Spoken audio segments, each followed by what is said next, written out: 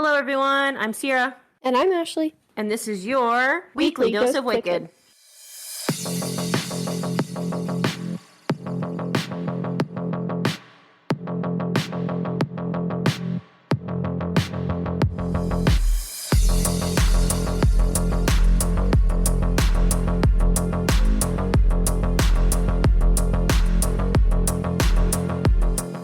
This week's episode is going to focus on infamous Willie Pickton. For the last 2 weeks, Sierra told you about the case that first got her into true crime, and this week I'm going to do the same. Willie Pickton is my favorite serial killer. Actually, let me rephrase that. The serial killer that fascinates me the most. Sierra says I'm not allowed to have a favorite. No, you're not allowed to have a favorite because it's disgusting. Like, you can't have a favorite serial killer. Okay, well, he's not my favorite as I like him. He's my favorite as he's the most interesting, so. Okay, whatever. Favorite is inappropriate, but you can say he's the most interesting. The most interesting serial killer. I could talk about Willie Pickton for hours, but I've tried to keep it brief. This case is crazy, so let's get into it. Robert William Pickton, also known as Willie, was born on October 24th, 1949 to Leonard and Louise Pickton. Willie has 2 siblings, an older sister, Linda, and a younger brother, David. These children didn't live a normal childhood. The boys grew up on a pig farm in Port Coquitlam, British Columbia, Canada. I probably said that wrong. Linda was sent to live with relatives in Vancouver because they believed the farm was an inappropriate setting to raise a lady. However, it was actually an inappropriate setting to raise any child at all. The Picktons were known in their community for how gross they were, and it seems as though they took pleasure in that title. They lived in complete squalor. It doesn't appear that they ever cleaned their house before. There was feces, dirt, and mud covering the walls, like absolute filth. Do you have pictures of this? I mean, I'm sure you could Google stuff. Oh. No, I don't have any saved. Yeah, it was absolutely disgusting. Sometimes when I think my house is dirty, I'm like, well, at least I'm not the Picktons. Yeah, that's pretty gross. They actually just let their farm animals come throughout their house, just peeing and pooping everywhere. Oh. And no one cleaned it. Okay, then. I don't think any of them actually knew how to clean it all. Ooh, I found pictures. Of course you did. Ooh. Okay. Disgusting. Yeah. Okay, please continue. So, garbage piled everywhere, feces everywhere, just disgusting. And the farm was the same way. And this is when they were children, correct? So, like, how old are we talking? When they were children, small children, their whole lives. The whole town knew them as, the disgusting Picktons. Okay. The other farmers actually called Leonard Piggy because he was gross and he raised pigs. Okay, makes sense. So that's how he was known. So on the farm, it was the same way. They had animal feces piled up in mounds. There was trash piles everywhere, scrap metal, old cars, equipment just rotting on their property. Along with their house and their farm being gross, they were also gross. They had terrible personal hygiene and didn't bathe and were known around town for their awful smell. Louise really let nature take over her body. She just let her teeth rot out of her mouth. She didn't shave her legs or her armpits, and she even had a beard. Oh, my kind of lady. Yeah. And like I said, she really just loved that people knew that she was gross. She took pleasure in it. But despite her horrible hygiene, she was a really hard worker and basically ran the farm herself. All the financial and business aspects were all on her. But because she was so busy with the farm, she was really neglectful to her kids. She forced them to be their main workers on the farm, cleaning all the pig pens before school. And their farm's really big. At one point, they had 700 pigs. And she made them do all of the pens before school. Okay. Leonard, on the other hand, was very lazy and physically abusive to his children. So while the mom was neglectful and didn't care about them, the dad was physically abusive. The brothers were sent to school in dirty work clothes and reeked of manure because they had to clean 700 pig pens before school. Right. So they were bullied and called stinky piggies by all of their classmates. Oh, that's actually kind of sad, though. You feel really bad for them, but I mean, I know they're pieces of trash, so not really. Right, I know that he's an awful, horrible serial killer, and I know enough about him to know that. But that's actually really sad that as a child, he reeked of manure and was called Little Piggy. Yeah, they had horrible childhoods. Absolutely horrible. Yeah. It always makes me feel bad when you deep dive into, I mean, I don't feel like I should feel bad because he's a horrible monster, but. Right, but it kind of gives you a little bit of sympathy for him, even though he's a horrible. And most serial killers, I feel are the same way. Yeah, I mean, most of them have horrible childhoods. I mean, I feel bad for the child of little Willie Pickton, not the grown adult who did horrible things. But anyway. Not the grown piece of trash. Right. I'm just really infatuated with these pictures. Like, there's a lot of pictures of disgustingness. Yeah, absolutely disgusting. Yeah, I was looking through pictures. I didn't save any of them, but like I knew their house was gross. Yeah, there's a lot. But I was like, how gross was it? Absolutely disgusting. Yeah. And the pictures are from like when Willie lived there as an adult. Right. Not from when they were children. So it just got progressively worse. But I mean, right. Still disgusting, I'm sure, the whole time. Right. Okay, I'll stop looking at pictures so I can pay attention to you. Willie really struggled in school. He was labeled slow by his teachers. And when he was a teenager, Willie saved up money and bought himself a calf that he would raise by himself as a pet and grew to love very much. One day he came home from school and this calf was missing. He searched everywhere for it, and when he asked his parents, one of them told him that he should go check the barn. So he did, and there he found his pet slaughtered and hanging to drain out the blood. So his parents were really shitbags. I mean, that's really awful. Like, they knew the calf was in there, and they told him to go look there. And they killed it, and it was his. That's why you don't name farm animals, right. though. That's why you don't. So, off topic. Well, he bought it with his own money. Right. As a pet. It wasn't a farm animal, it was a pet. I mean, obviously, neither one of us grew up on a farm. So, but they always say don't name farm animals. So, my neighbor has chickens. Mm-hmm. So I named the babies, and 2 of them got eaten by a fox, and I'm really upset about it. Oh, which ones? Franny and Mac. Oh. So Franny and Mac are gone. Only Pearl survived, but he told me not to name them. I thought there were 4. No, there's 5 new babies. These were the other babies that were like, he had like the 3 babies that were like 3 or 4 months old, and then he has like the new babies. There's 5 of the new babies. 2 of those are missing too, but I learned my lesson. I didn't name the little tiny ones because as soon as I named those other 3, 2 of them got eaten by a fox. Yeah, that's really sad. So don't name your farm animals. Your parents will slaughter them and hang them in the barn. Or a fox will eat them. Or a fox will eat them for sure. Willie ended up dropping out of school when he was 14 and took an apprenticeship as a butcher, learning to slaughter all kinds of animals. And he developed really good skills and actually became quite a master. In 1967, David was a new driver, so he took a joyride on a country road where he accidentally hit a young boy. Wait. He immediately went home to his mother. David is Willie's brother, right? His brother, yes. Okay. So David, Willie's brother, was a new driver, so he took a joyride and accidentally hit a little boy. I'm not sure exactly the boy's age because it kind of varies, but I think he was like 8 to 10. Just don't know why he was by himself on a country road, but it is the 60s. So he went home and he told his mom, and she told him to take the truck to the body shop, that they got their vehicles worked on to get it fixed, and that she would take care of the boy. So the man working at the body shop was really confused because the Picktons were gross. They didn't take care of themselves, so they didn't take care of their stuff either. So he was like, well, they normally don't fix their vehicles or their equipment unless they're like really broken. So this dent shouldn't be something that they fix. But he's like, whatever, I don't want to deal with the Picktons, so I'm just gonna fix it. So while he was doing that, the mom went to take care of the boy, where her taking care of him was pushing him into a ditch filled with water where he drowned to death. The police were called. Oh my God. Yeah. Oh, that's how she took care of the boy. My God. I did not know that. Yeah. Horrible lady. That is awful. So there was lots of injuries to the boy anyways that were very horrible. Like he had a crushed pelvis. I mean, I'm sure he was hit by a car. Yeah, and he was small. So lots of injuries, but his cause of death was drowning in the ditch. So Louise killed him. Oh my God. Yeah. Wonderful lady. What the fuck? That is awful, Ashley. Yeah. Well, I didn't do it. I know, but oh my God, that's awful.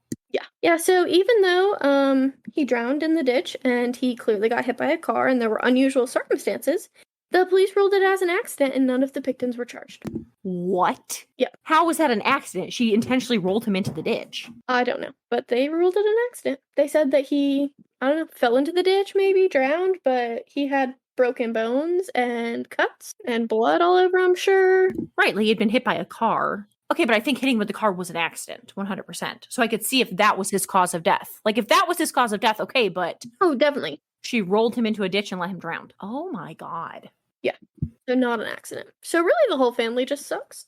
Yeah. So in 1970, Willie left his apprenticeship after 7 years and went working full-time on his family farm. So he didn't finish his apprenticeship. I don't know how long apprenticeships last for, but he did it for 7 years and then he just up and quit and went to work on the farm. So I found that really strange. I can't find why he did this, but he did. which I just think is super weird. Not really important, but super weird. Yeah, that's a long time to do an apprenticeship and then just quit it and not finish it. Yeah, that's what I thought. Well, he was back on the farm. He spent the time taking care of livestock, and he started some new odd jobs. He enjoyed slaughtering animals, so he would go to the auction to buy full-size pigs and slaughter them for fun. That's not weird at all. No, not at all. I think that's a pretty normal activity. Yeah, it is for serial killers. Pretty fun pastime. Yeah. He also became a regular at a local rendering plant. A rendering plant is where butchers bring like what's left over of their animals after the meat and like the usable bones are taken off, and the waste is then ground up and they make either a usable glycerin type product or a powder out of it, and then they use that to put in makeup, soap, lotions, and supplements for animals. Disgusting. Do they still do that? Yes, that's still a thing. Disgusting. Does it tell me on my makeup if it has like ground up pigs in it? Probably not. Maybe animal byproducts. That's probably rendering plant materials. That's pretty disgusting. So he did this a lot. He would bring like buckets at a time to the rendering plant, and the plant would normally look at the waste to make sure it met the criteria of what was supposed to be in these buckets. But because Willie was such a regular, they didn't second guess his disposals. They just took them and did what they did with them. Did he bring bodies there? I plead the fifth on that. Ugh. So Leonard and Louise both died in 1978. They left the farm to their kids, and David and Linda wanted nothing to do with the farm. And since Willie was already working on the farm full time, he took over the family business, which made him a third-generation pig farmer. Do you know how they died? One of them died of cancer. The dad died first. I think he died of cancer. Okay. And then the mom died later in the year. So they didn't die like together. No, but both in 1978. I was just wondering if maybe Willie.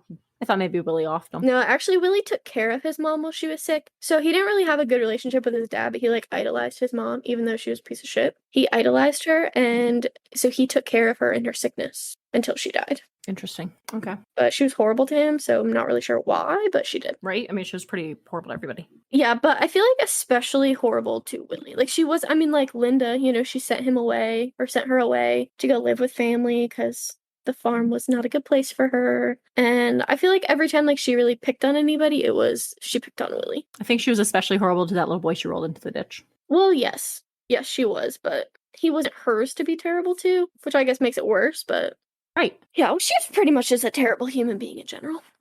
Agreed.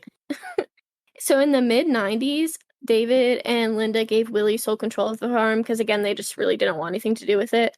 And as, like, the three of them, they started selling off parts of the farm, which actually made them very wealthy. Which their family actually, believe it or not, was very wealthy because they had such a large pig farm. Like, even though they were disgusting and they lived in filth, they were, like, very wealthy people.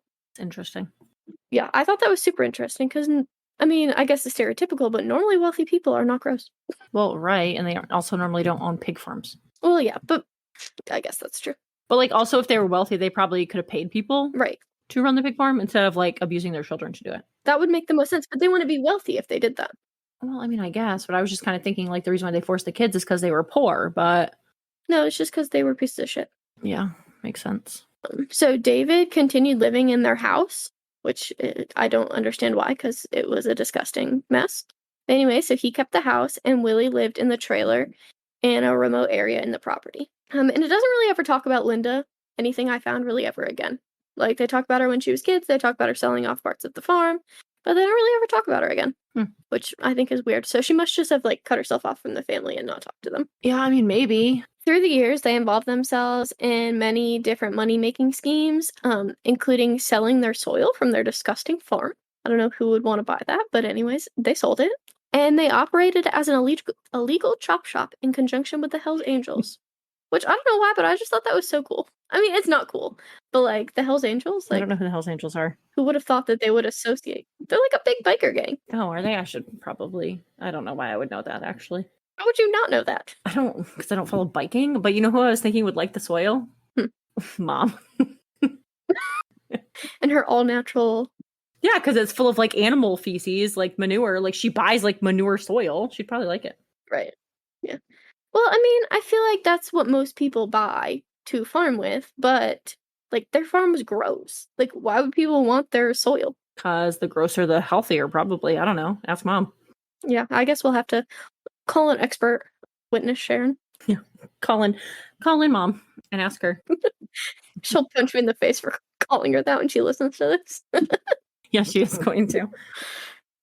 So anyways, Hell's Angels, the biker gang would steal the cars and store them on the farm, and then the brothers would take the parts and sell them. So they also kind of turned their farm into like a salvage yard, but again, illegally, because then they cut pieces of the cars up and sold them. So in 1996, the brothers decided to register their farm as a nonprofit charity called the Piggy Palace Good Time Society. What? I thought that was so funny. The Piggy Palace. The Piggy Palace Good times. Like what? Society. Yeah. So they claimed to organize, coordinate, manage, and operate special events, functions, dances, shows, and exhibitions on behalf of service organizations, sports organizations, and other worthy groups. So I'm not sure how Canadian laws work, because again, this is in British Columbia, Canada. But maybe like it was to avoid taxes, because like that's what you do in the US. Like nonprofits don't have to pay taxes. I mean, probably. So maybe that's and why. Canada has insane taxes because they have, like universal healthcare, like their taxes. I mean, I don't know from personal experience. Right. I don't want to offend anyone in Canada if for some reason people actually decide to listen to our podcast. But I know like from waiting tables, a lot of people from Canada like to come and like vacation in the South. Right. And I used to run into like Canadians all the time. And I mean, like, I'm pretty sure their taxes are like 50% of their income. Oh, probably. So, I mean, maybe that's why they did it. I don't know if that's how that works there, though. Like, if it's a nonprofit, if they don't have to pay taxes like they do in the US, but... Right, I don't know. Either way, the Piggy Palace Good Time Society was their nonprofit farm. Interesting. So these events that they used to fundraise that the brothers threw were raves and large wild farm parties held in a converted slaughterhouse. Oh, okay. So you would think that no one would want to come hang out in an old slaughterhouse, but actually these events had about 2,000 attendees. I looked it up, and a Canadian registered charity is exempt from income tax in Canada. So that is probably exactly why they did that, because they didn't have to pay. They're shady mofos. Mm-hmm. Yep.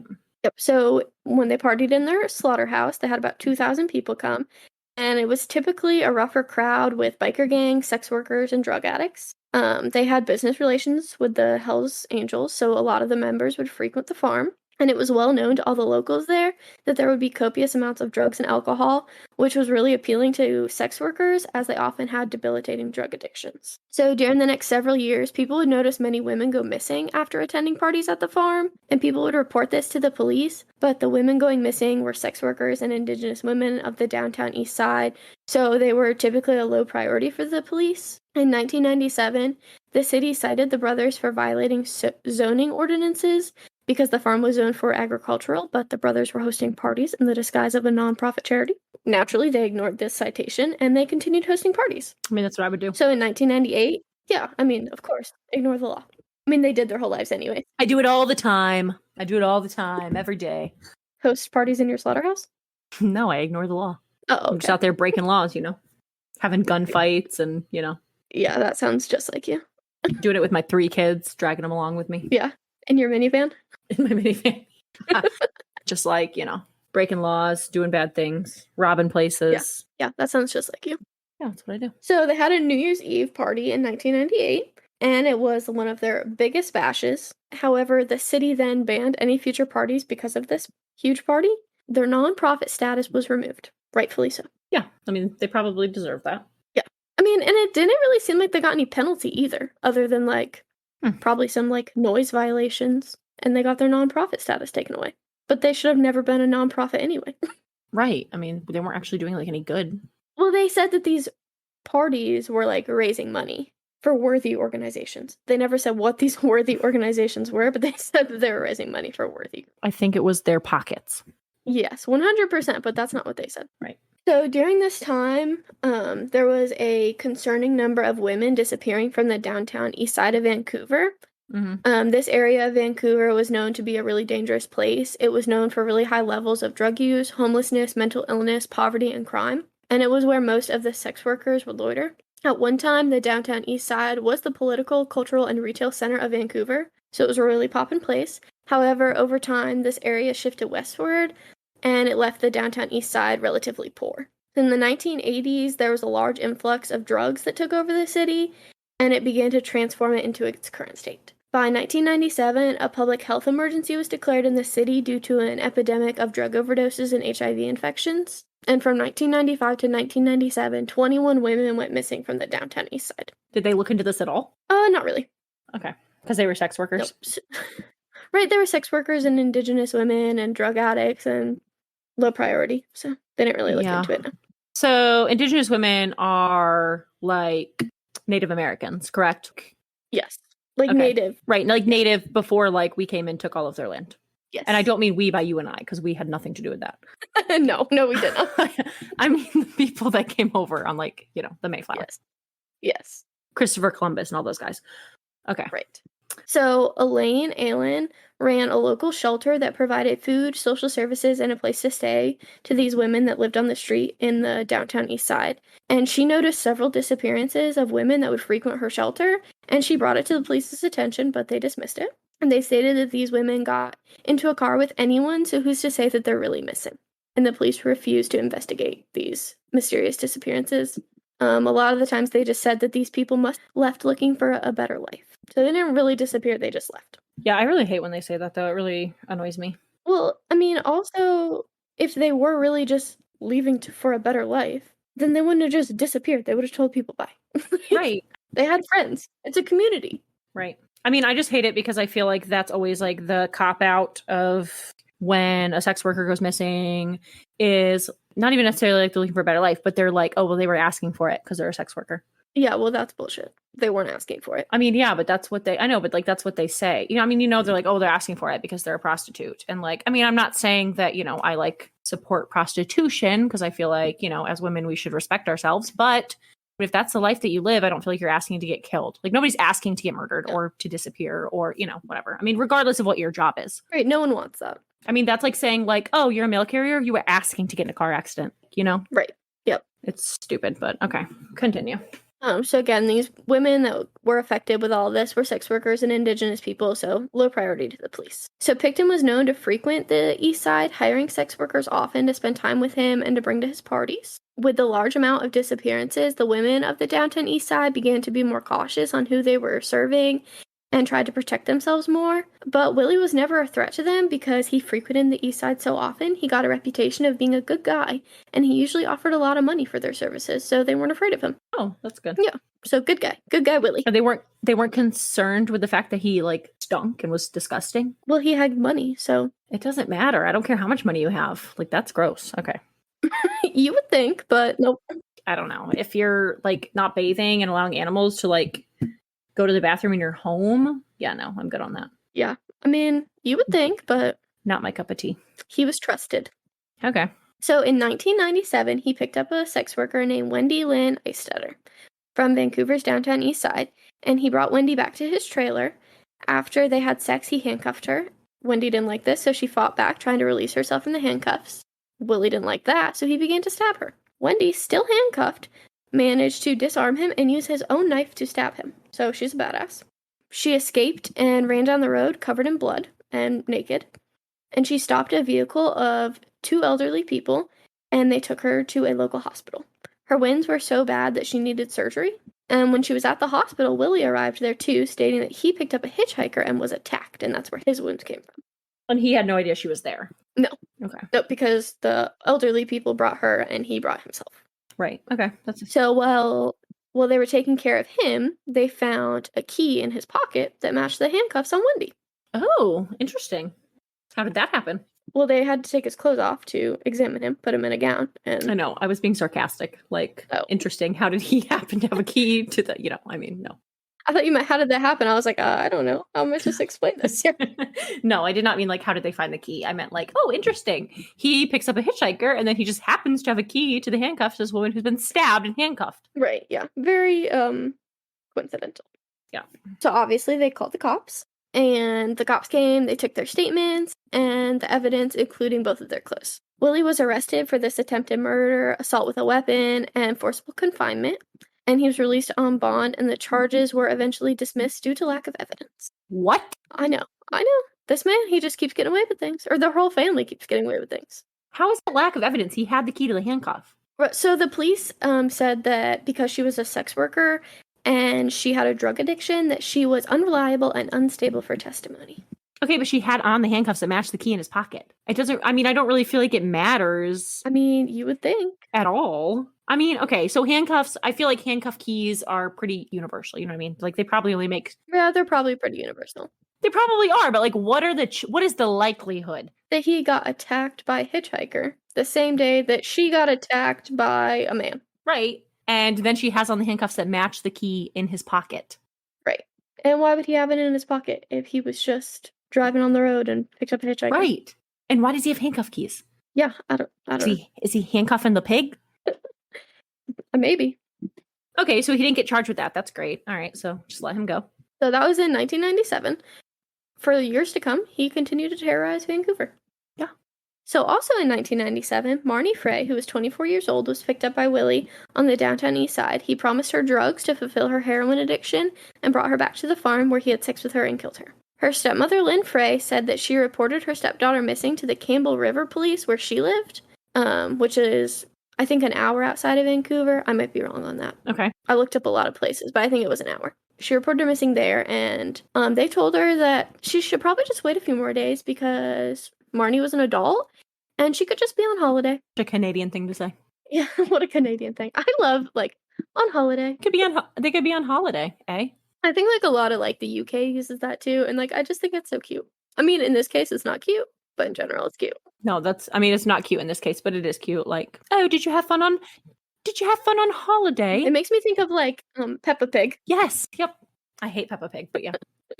I know you do. So, Frey, the stepmom, returned a few days later and was told to wait a few more weeks. So she decided that she would just go to the downtown east side herself and look for Marnie, because she knew that's where she lived. They said to wait a few weeks. Yeah, wait a few more weeks. She must be on holiday. I mean, how much are these sex workers making that they are going to be? Because she was a sex worker too, right? Right. Yep. She was a sex worker, and Willie picked her up as a sex worker. Okay, so how much are they making that they're going on multiple week holidays? I don't know, but maybe I should be a sex worker. Because I can't go on multiple. I don't think your husband or father would appreciate that. Probably not. I don't really want to be a sex worker, but if they're making that much money. That's kind of crazy though. Like, oh, she's probably on holiday for a few more weeks. Come back then. Like, yeah. Okay. So, as a good stepmom, she went down to the downtown east side herself and looked for Marnie since the police wanted. So, she said that she heard from the other sex workers that she had talked to that Willie had the women who were going missing and she would never find them. Oh, so they knew at this point. Like, the sex workers knew that Willie was taking them. Yeah, it was like a rumor going on. Okay. It was a rumor that, people were going to the farm and not coming back. So then why were they still going with him? Because he had lots of money. Okay. I don't know. Okay. So, being a good mom, she drove to the pig farm and tried to climb the fence. Oh, that's really smart. So, she tried to climb the fence, but she was chased away by dogs. So, she didn't get inside the pig farm, which is probably good. Okay. So, the next day... Yeah, I mean, that's probably good. I mean, pretty badass that she did that, but... Yeah, she cared about her kid. Also kind of stupid. Like, did she... I mean, yeah, I can't really say anything. I mean, I don't know. The cops weren't doing anything, so she might as well. I mean, none of my kids have been taken to a pig farm, but I would like to think that if they were, I would also climb the fence and try and get them back. Yeah. I mean, I would like to think that. We know what you would do if my kids got taken, but... I don't want to talk about it. You would run the other direction. Anyway, so since the cops in her town weren't doing anything, she went to the cops in the downtown east side and told them what she had heard from the sex workers and that she went to the pig farm and all of that. And they told her not to play cop and she shouldn't have visited the farm. And that was it. So they didn't go to the pig farm themselves, no. Okay, that's cool. No, they did not investigate. However, during later investigations, her jawbone was the only part of her body recovered. Oh, great. So in 1998, 9 more women went missing from the downtown east side of Vancouver, and the police did not investigate, and they discounted foul play was involved. They don't think foul play is involved? Nope, they don't think. Again, they just think that these women are just off searching for better lives and going on holidays. This is a lot of women finding better lives. I mean... Yeah, there's no sex workers left, apparently. Okay. When as many women as going missing. Right. So in 1998, a tip was called in that Pickton should be investigated for the missing women. And that cop actually tried to investigate him. However, all of the other cops kind of dismissed it. He couldn't get sufficient resources or attention, so it was ignored. And I didn't get that cop's name. I couldn't find it, which I wish I would have, because he tried. He's clearly the only one that gave a rat's ass. Yeah, none of the others did. Okay. So in 1999, Georgina Papin, a 34-year-old mother of 7, went missing in the downtown east side. There's not much known about her disappearance. Her family said that she had a really rough childhood and was raised bouncing through foster homes and separated from her siblings. And these emotional issues followed her through adulthood, and she was on a really rough path when she disappeared, living on the streets as a sex worker with a drug addiction as well. One of Pickton's really good friends, Lynn Ellingsman, she lived on the farm with him for several months. One night when she was getting high, she was in his trailer, and she saw Pickton with a dead body hanging from a chain in a slaughterhouse. This body she saw was Papin. Okay. However, Lynn fled the farm and didn't come back. And she didn't go to the police because she was scared of him. And she didn't think anyone would believe her because she was high. I mean, why would they believe her anyway, since he's already killed, I mean, how many women at this point? Right. And they don't think he's done anything. And they keep discounting him, that he's not it. I mean, they don't even think anyone's killing him. So yeah, I mean. Right. They just think that they're finding better lives, going on holidays. So bones from Papin's hands were the only part of her that was found. In 1999, Serena Abbotsway, who was 29, was reporting missing by her foster mother. She was living on the streets of the downtown east side, and her foster parents said that she had lots of difficulties and never really believed that she would be okay on her own.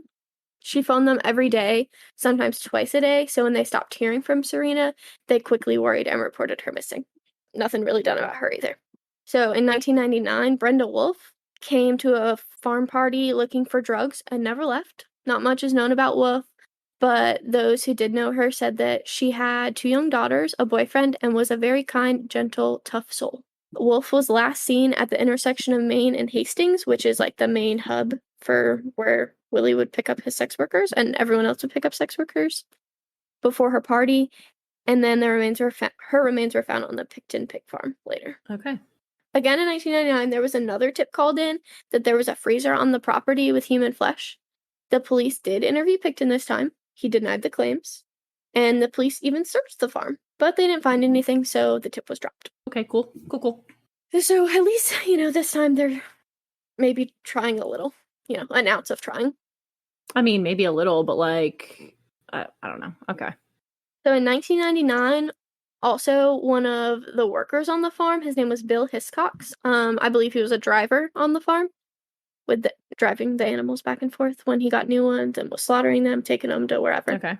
So he went to the police about several missing women, and that a close friend of Pickton's, Lisa Yields, had told Hiscox that she had seen women's clothing, purses, and identification papers at the farm. So he went to the police and told them this, and the police went to Yields, who denied ever saying that to Hiscox and was very uncooperative with the police. So they couldn't do anything based on hearsay, so again, the claims were ignored. In 2001, Mona Wilson, a 26-year-old, disappeared from the downtown east side where she was living on the streets and was a sex worker to support her drug addiction. She was with her boyfriend, Steve Ricks, when a man pulled up in a car and dangled beers and money at her and said to get in the car, he wanted to party. Steve told her not to go, but she didn't listen and went anyways, and she never returned. So he reported her missing a week later, and right before she went missing, she was actually interviewed by a Seattle Times reporter about all of the missing women in the area. Mm-hmm.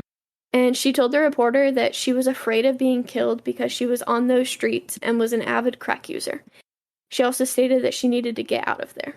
So I thought that was really sad that she said that, and then no time later she got picked up and killed. Right. I mean, yeah, that's, heartbreaking, honestly. She knew that she needed to leave, and she couldn't get out fast enough. So Willie brought her back to a camper instead of his trailer, and he beat her and shot her after they had sex. The camper was covered in her blood from the mattress, all over the walls, all the way to the kitchen, everywhere. So he was getting really crazy and sloppy. Well, why would he not get sloppy? They're not even investigating him. Right, so this was in, what year did I say? 2001? Yeah. So they've been questioning him since 97. Right. And every time they just let him go. And women have been going since at least 95. And they just let him go every time. So, he thinks he's never going to get caught, I guess. He thinks he's invincible at this point. Might as well splatter blood everywhere and not care.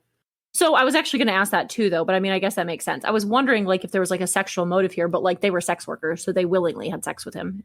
Right. So he willingly paid them or gave them drugs to have sex with him. And then after he had sex with them, he a lot of the times would like handcuff them, and then he killed them in lots of different ways. But they're really not a sexual motive because he was already having sex with them. But I mean, I guess he didn't really pay him because I'm sure he took the money back after he killed him. Probably. I mean, I would assume he's just like recycling the money. A lot of the times I think though he did like paid them with drugs. Oh, so like they took drugs. Like he would bring them to the farm. So in 2001, Andrea Josberry, which was a 22-year-old sex worker, disappeared from the downtown east side. She was brought to live on the streets by her boyfriend. She had like a really rough childhood.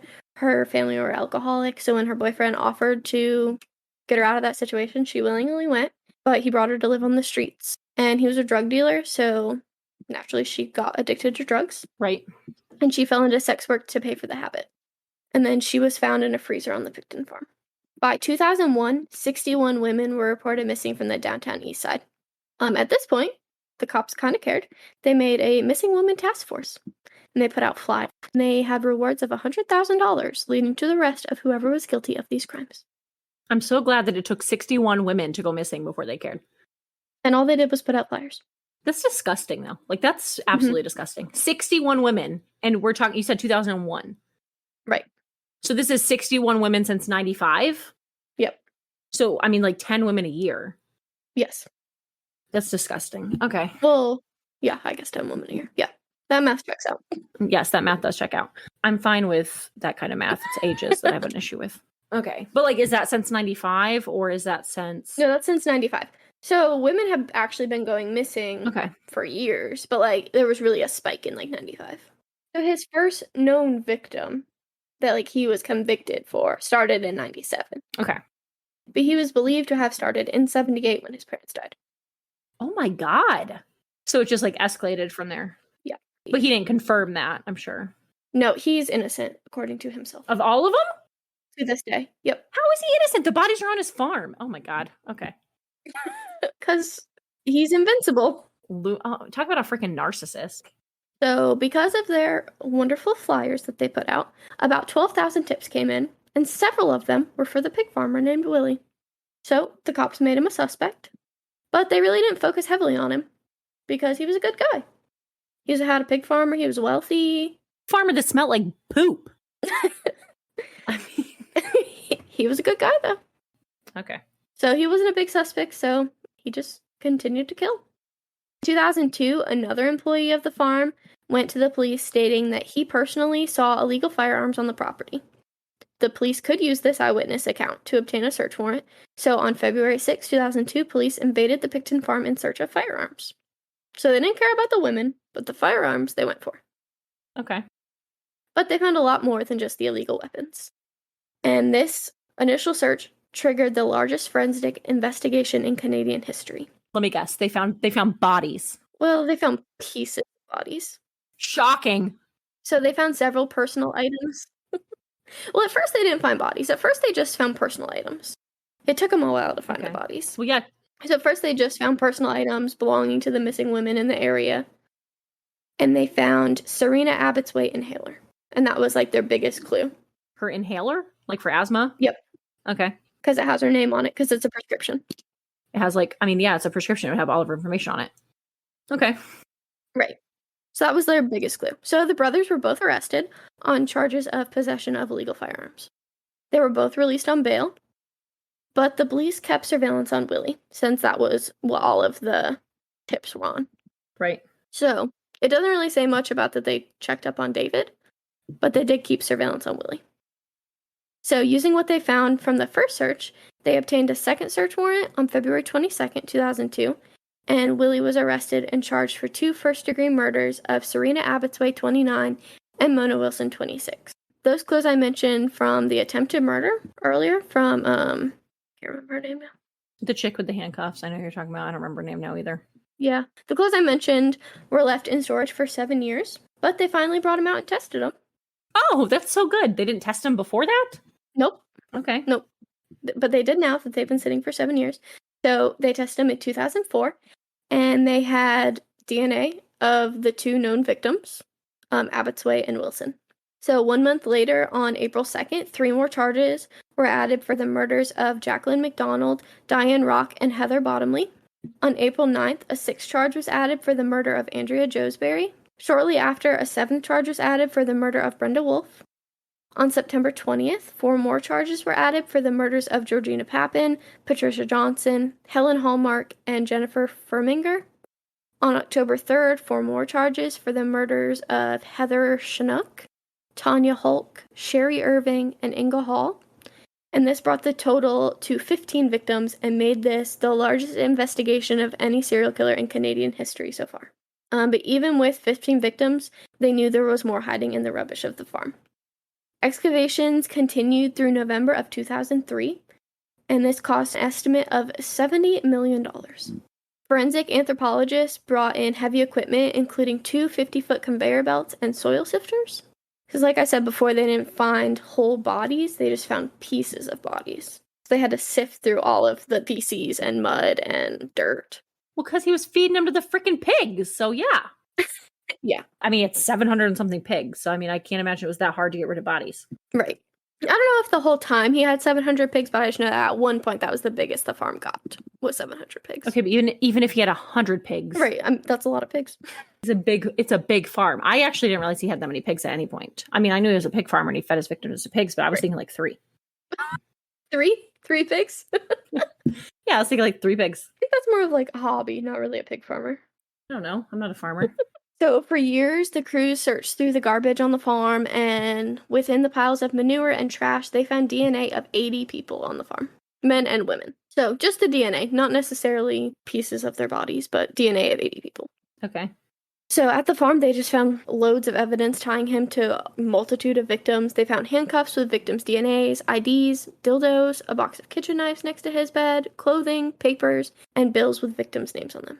Oh, and syringes filled with antifreeze. He said one of his friends went to the cops and told them this, that he said the easiest way to kill a heroin addict was to do syringes with antifreeze because they didn't know the difference. I mean, I wouldn't know. I've never done heroin, but... I mean, me either, but I just feel like you would know a difference between antifreeze and heroin. I mean, I don't know. Do they look the same?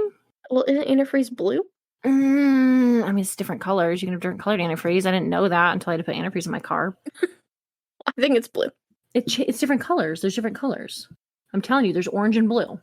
Okay, well, either way, I think heroin's like clear, isn't it? I have no idea. I don't run around looking for heroin. It's not one of my drugs of choice. Yeah, with all the drugs you do. Yeah, all the drugs I do. No, let's see. Heroin. Color of heroin.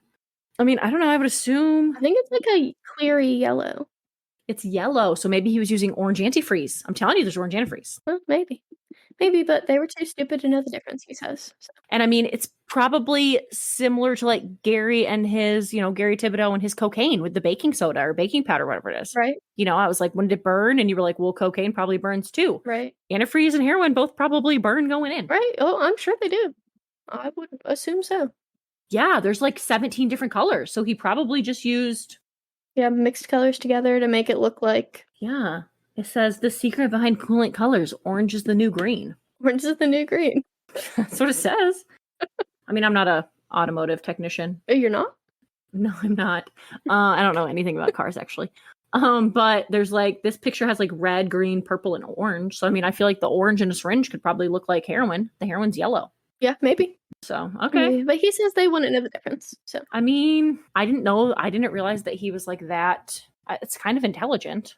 Yeah, I mean, so, like, at the beginning, I said, like, his teacher said, like, he was slow. Right. But, like, he actually, I mean, seems to be pretty smart. Right. I mean, I was thinking, like, he dropped out of school at what you said, like, 14? Yep. But, like, I mean, that's a pretty diabolical plan there to, like, use antifreeze instead of heroin. Yep. And not be, I mean, no, I can see how you wouldn't be able to tell the difference. Like, looking at these colors of, like, this picture of heroin I just Googled and the antifreeze, like, I could see... Yeah. Especially if, like, you're really craving for heroin. Well, right. Yeah, I don't know. Like, you wouldn't really care. Like, you'd just be like, get it in my arm. Yeah, these syringes are, like, yellow. Heroin's the one you heat on the spoon, right? I don't know. Me neither. Well, anyway, so he filled syringes with antifreeze and injected them into women. So they found skulls cut in half with hands and feet stuffed inside them. Ugh. And the remains of one of his victims found stuffed into a garbage bag with her blood-stained clothes found in his trailer. They found another part of the victim's jawbone and teeth beside his slaughterhouse, a .22 caliber revolver with an attached dildo containing both his and his victim's DNA. It was on the gun? It was on the gun. So he claimed that he attached the dildo on the weapon to make a makeshift silencer, but it had him and his victim's DNA on the dildo on the gun. Disgusting. So my mind goes to that, like, he used it and then shot her. Right. That's what I'm thinking, but that's really messed up. Right. But he was a messed up dude. Okay, but I don't even want to get into that.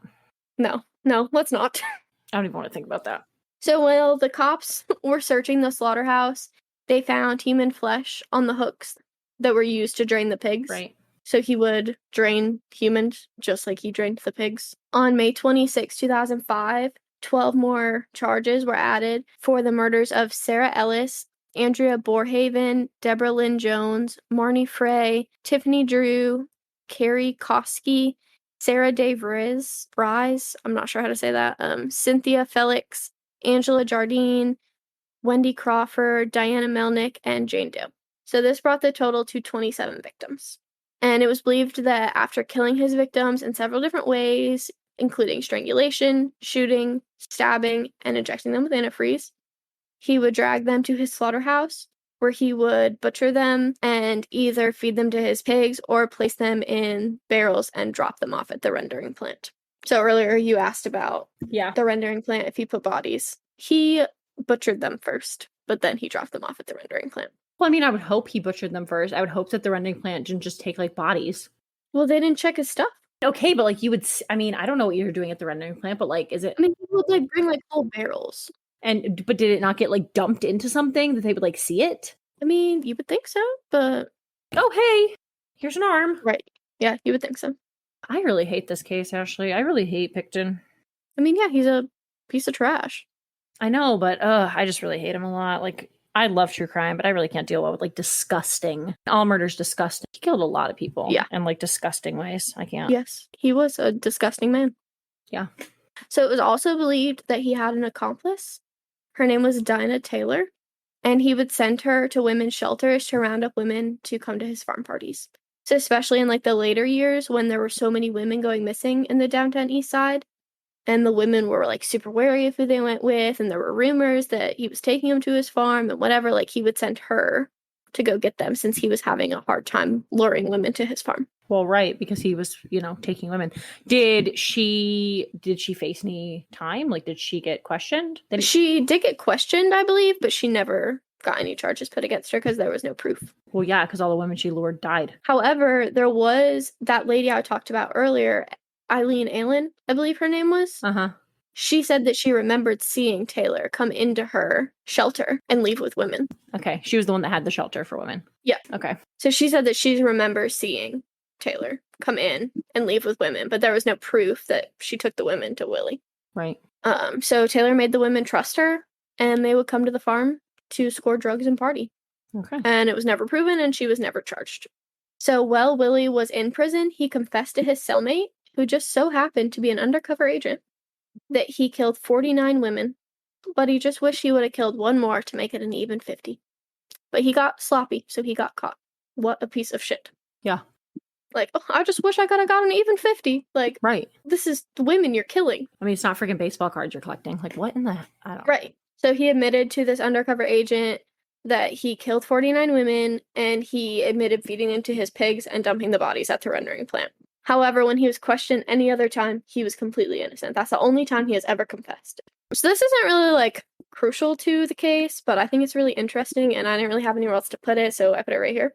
So on March 10th, 2004, the Canadian government issued a warning that it was believed that Pickton ground up human remains and mixed it with his pork and sold it. So not only was he terrorizing the community by his killing spree, he now was affecting the whole community at once, and they didn't even know it. He was feeding human remains to people. Yep.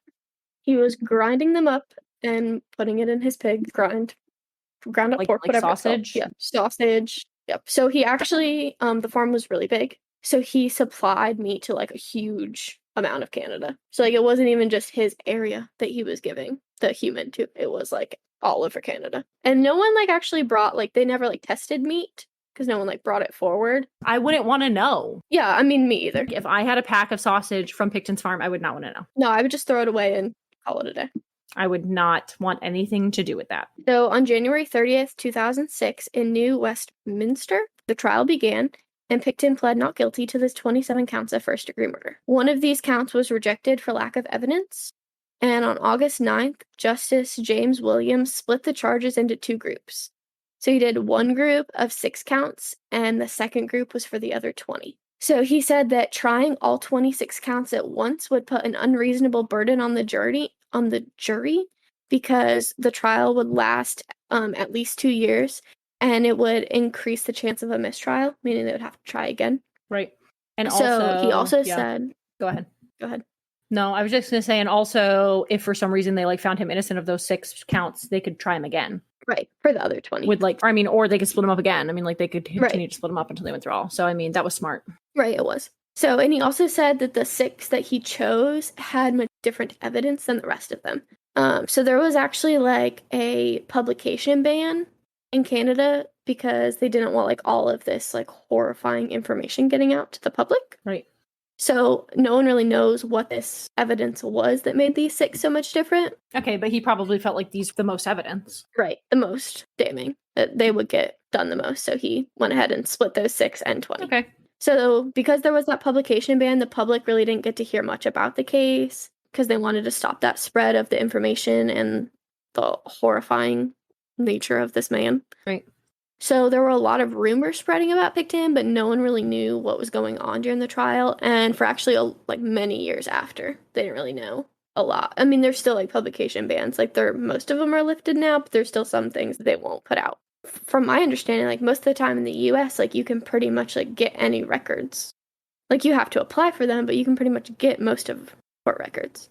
But I guess in Canada it's a lot different. Yeah, I mean, Canada is a lot different. I don't know as far as getting court records. Like I said, I was going to attempt to get the ones for Heidi Allen, but that was a lot of work. So yeah, you have to apply and like do a bunch of work and whatever. But like I think in the US, like you can most things that are done, you can get the records for. Yeah. But like I guess in Canada it's different. I'm not really sure. Not from Canada. So. Yeah. I mean, I honestly am not even sure in the US. I mean, I feel like that's probably like a state-by-state thing too.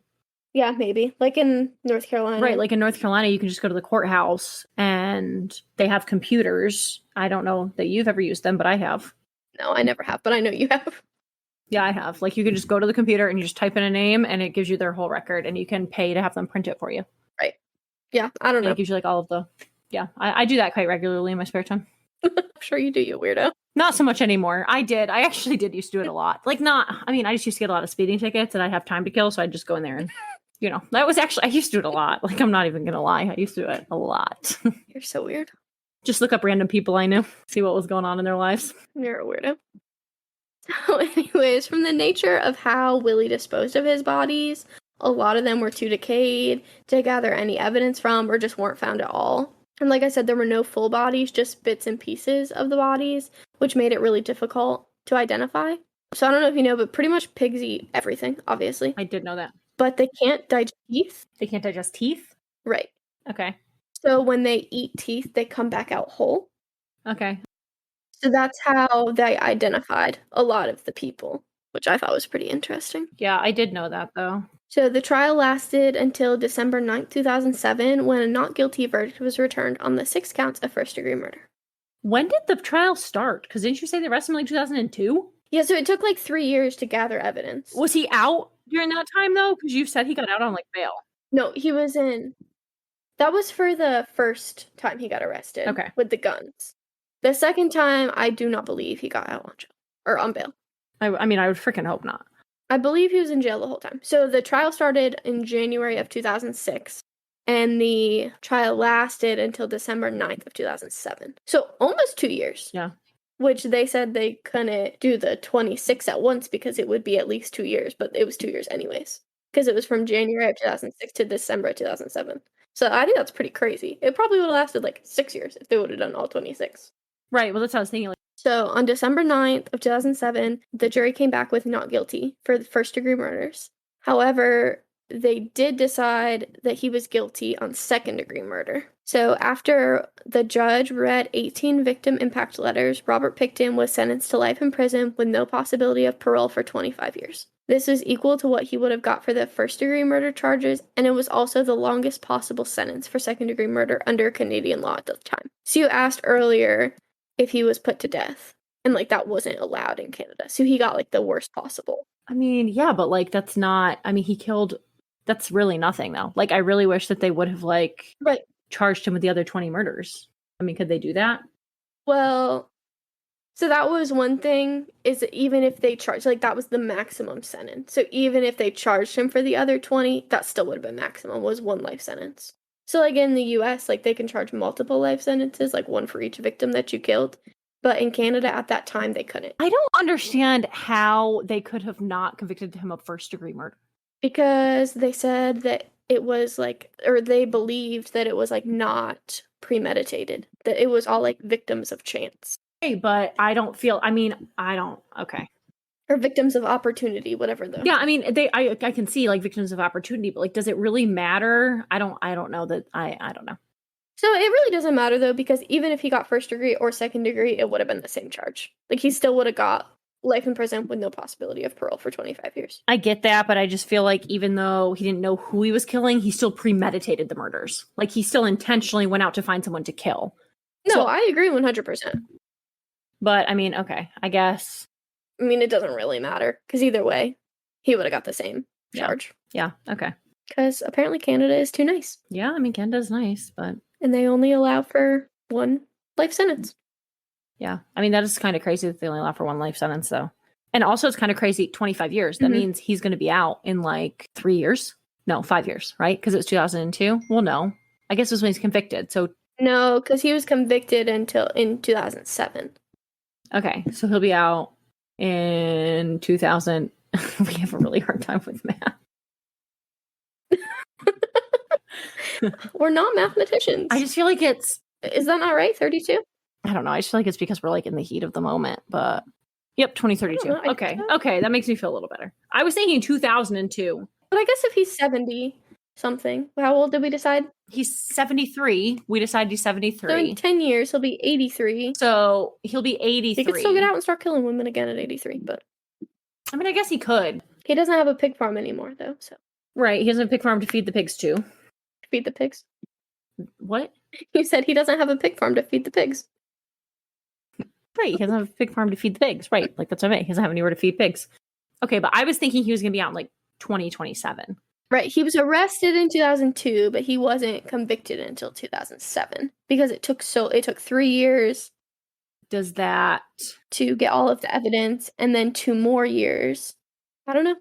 I don't know if that includes time served. Right, well, that's what I'm wondering. Like, does it include the time served because he was in prison during the trial? I mean, I don't know if they included that in his 25 years. Yeah, I don't know how that works. Because if that's the case, then he should be out in, like, 2027. Right. Yeah, I don't know.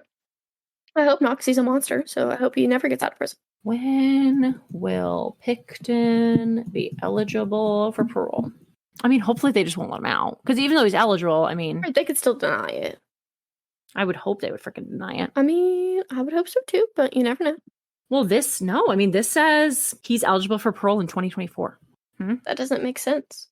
I don't know, but this says, let me see. This is abbeynews.com, which is the Abbotsford News. Is that in Canada? I mean, I would assume so.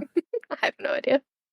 It says, chance for Pickton to leave prison just 12 years away. And it was published in 2011. It says... Oh, I'm trying to skim it and see. Pickton's eligibility date for day parole is February 22nd, 2024. So in Canada, do they have different kinds of parole? Does that mean he can leave today, but he has to come back at night? Right. That's kind of what that sounds like because it says he's eligible for full parole in 2027. I don't know. And then this person, I don't know who this is. This says, like, this is an interview. Oh my God. Lang said in an interview with Colgary, I was thinking it was 2032. I thought he'd die in prison. Right, yeah, I would think it would be 2032, but I guess not. No, it says he's eligible for full parole in 2027 and eligible for day parole, whatever the heck that is, in 2024. The heck is day parole? Day parole is a form of release under Canadian law that permits prisoners to participate in public activities during the day and requires them to return to prison. Sounds horrible. Right, and requires them to return to prison or a halfway house nightly. So they don't even necessarily have to go back to prison. That sounds like a bad idea. Well, hopefully they will deny him. Hopefully. I mean, oh my gosh. Yeah, that's pretty crazy. I would assume, I mean, yeah, I don't know. Okay, so you said like in Canada that they only allow 1 life sentence. So what if he gets out and kills 6 more women? I think like because those 6 women like aren't the crime that he's currently in. Like I think like right now if they decided to, well, I don't know. Because those other 20 counts, they said that it wouldn't add anything. Maybe it was like 20 like at a time. So like because it's so much later. Right. They could add another life sentence. Mm-hmm. Like maybe they meant like at one time. Because even if they convicted like the other 20, it was still like during the same time frame. Right. So I don't know. I don't know how Canadian laws work. Yeah. So currently the farm is fenced off and under lien of the Crown of British Columbia. And all of his buildings have been demolished. And it just sits as a graveyard to all of the women who were killed by this horrible monster and never found. The remaining 20 counts were never tried and were stayed on August 4th, 2010, which basically just means like they're not going to do anything about it. And again, the Crown said that even if they went forward with the other 20 convictions, they wouldn't add anything to his punishment since he is already at the maximum.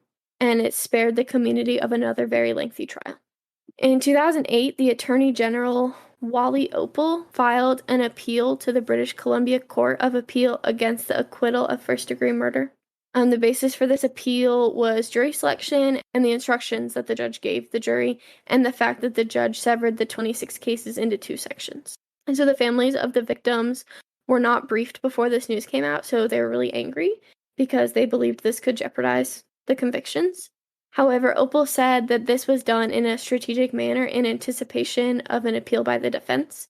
He believed that as Pickton's defense team filed an appeal, they would do so on the grounds of the severance of the 26 cases, so they couldn't retry the 26 cases together unless the Crown's appeal was accepted first, because they did theirs first. And on June 25th, 2009, the decision was issued that they denied the Crown's appeal. So just as Opal had suspected, the defense filed an appeal on January 9th, 2008, asking for a new trial on the basis of the charges filed, the jurors amending the charge, and the Pickton statement to police. And so I thought that was really crazy, too, in the case that, like, he was being charged for first-degree murder, but then the jurors decided that it wasn't first degree, it was second degree. Like, I didn't think that was allowed. That the jurors could just change the charge. I feel like they can, though. Yeah, I don't know. I just thought that was pretty crazy. But anyway, so all of the appeals were denied. And later in 2009, Pickton's defense exercised his right to appeal to the Supreme Court of Canada, and the Supreme Court also denied his appeal, confirming his evictions, and he was not granted a new trial. As of now, no new trials, no paroles, but we'll see in how many years did we decide? 3? 4? 2? Something like that. No, 5 years. 3, 4, 2. No, 5 years. 2027. It's 2022. Right, but wasn't day parole like 2024? Yeah. Yeah, so 2 years. Anyways, that is the crazy case that is Robert Pickton. So there's a lot more into it. There's actually a really great book. It's called On the Farm. It's like 800 pages, so I didn't read the whole thing. I just kind of skimmed through it. But if you have time and you're really interested in Willie Pickton, then I really suggest you read it. I'm not reading that book.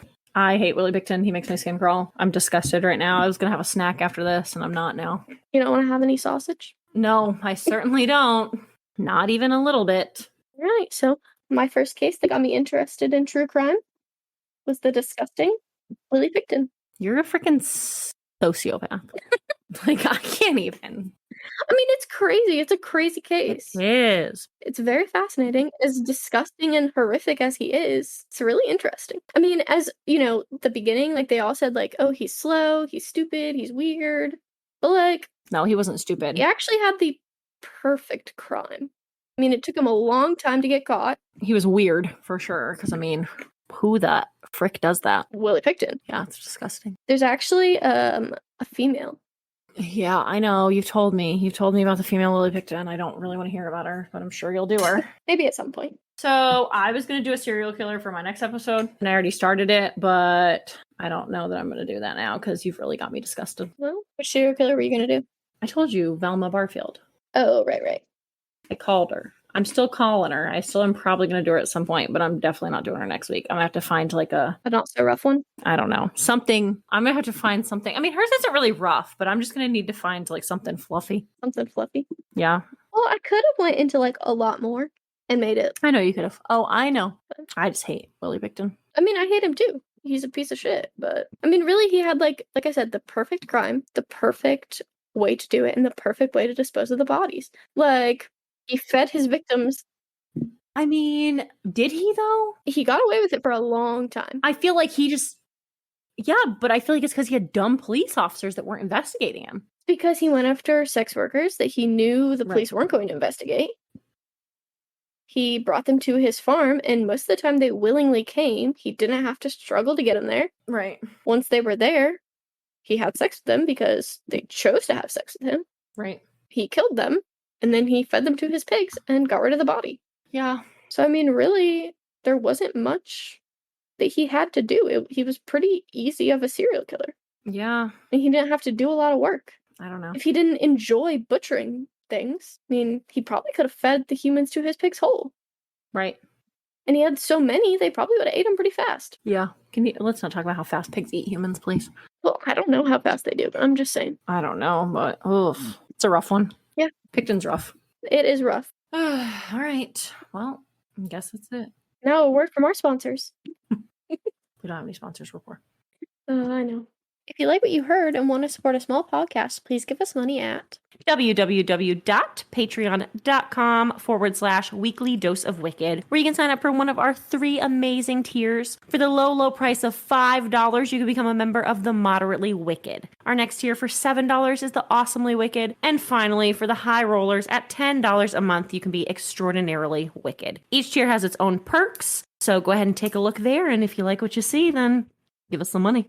Feel free to give us a follow on Instagram at weekly_dose_of_wicked. Or you can just search Weekly Dose of Wicked and it literally pops up because we're the only ones. For a direct feed of our podcast, please go to www.weeklydoseofwicked.buzzsprout.com. Currently, our podcast is available on the only places that will take us, which is only Apple Podcasts and Spotify for the time being, and that's also the only places we know where to upload to. Make sure to come back next Wednesday for your Weekly Dose of Wicked. But